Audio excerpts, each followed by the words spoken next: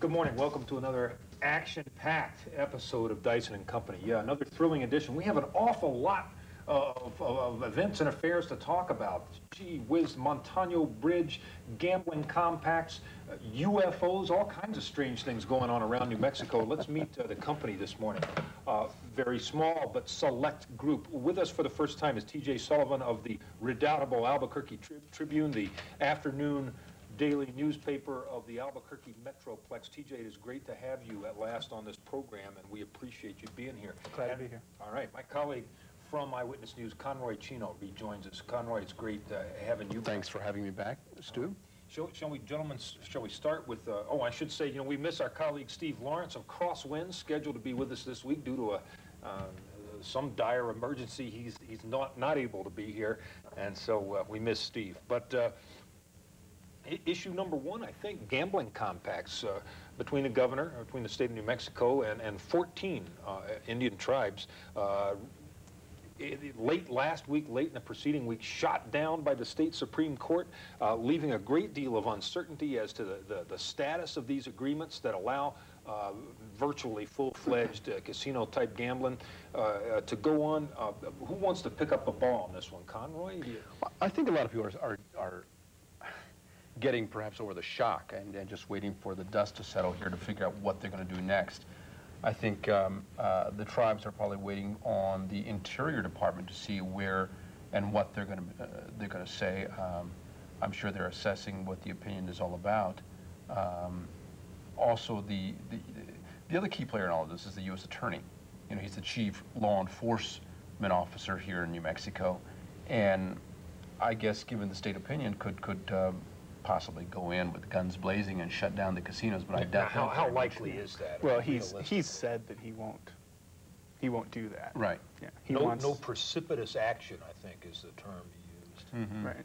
Mm-hmm. Well, TJ, you know what's your take on where we stand with this precarious legal situation where the state Supreme Court has said nix, yet you know the gambling goes on unchecked at 8 casinos? Well, they raised more questions than they answered. I mean, that's the problem. Everyone now has to wait and see what the U.S. Attorney comes up with, what the Interior Department comes up with. Meanwhile, the legislators are sitting waiting for their opportunity to take a crack at it. Max Call, Representative Santa Fe, wants the legislature to have the say. They want to get back in there and talk about gambling and decide whether this is going to be a gambling state or not.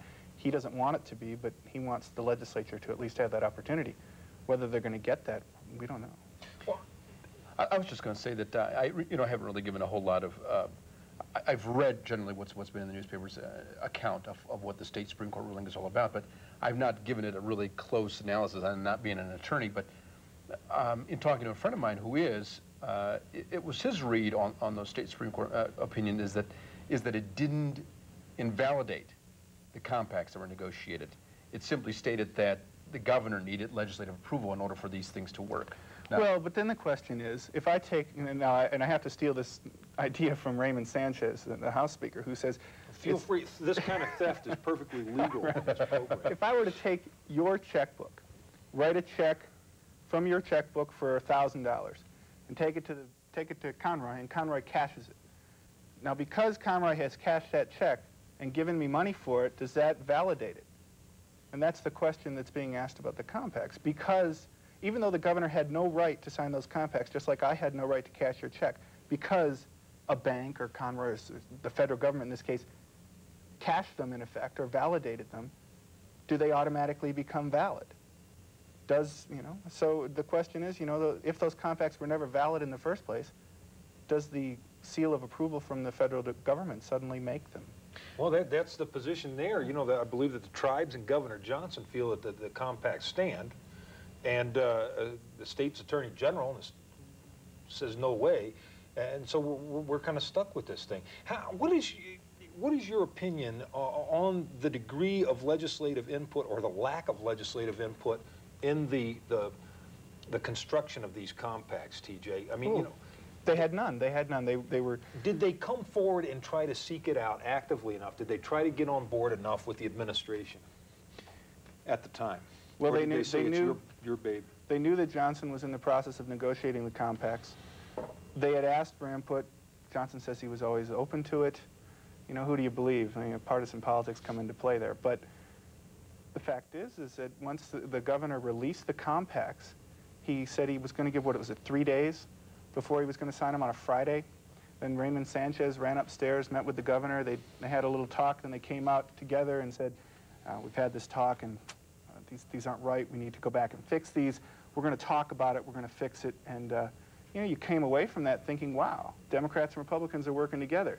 Then Monday morning, you and I and Conroy get a call at 5, 6 o'clock in the morning from Diane Kinderwater, the governor's press secretary, saying, hey, there's a press conference at 8 o'clock. You better get up here to Santa Fe.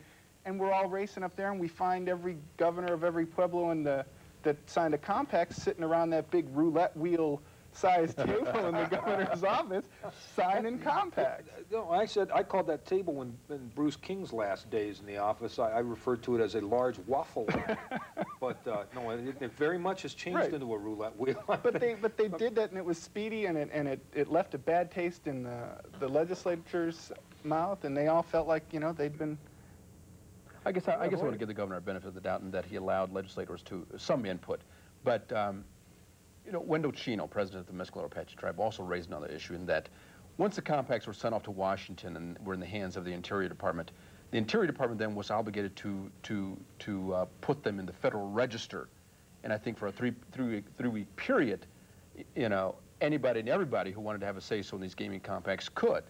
And as far as I know, except maybe with the exception of Raymond Sanchez, who sent off a letter to President Clinton, nobody sent off anything in opposition to these gaming compacts.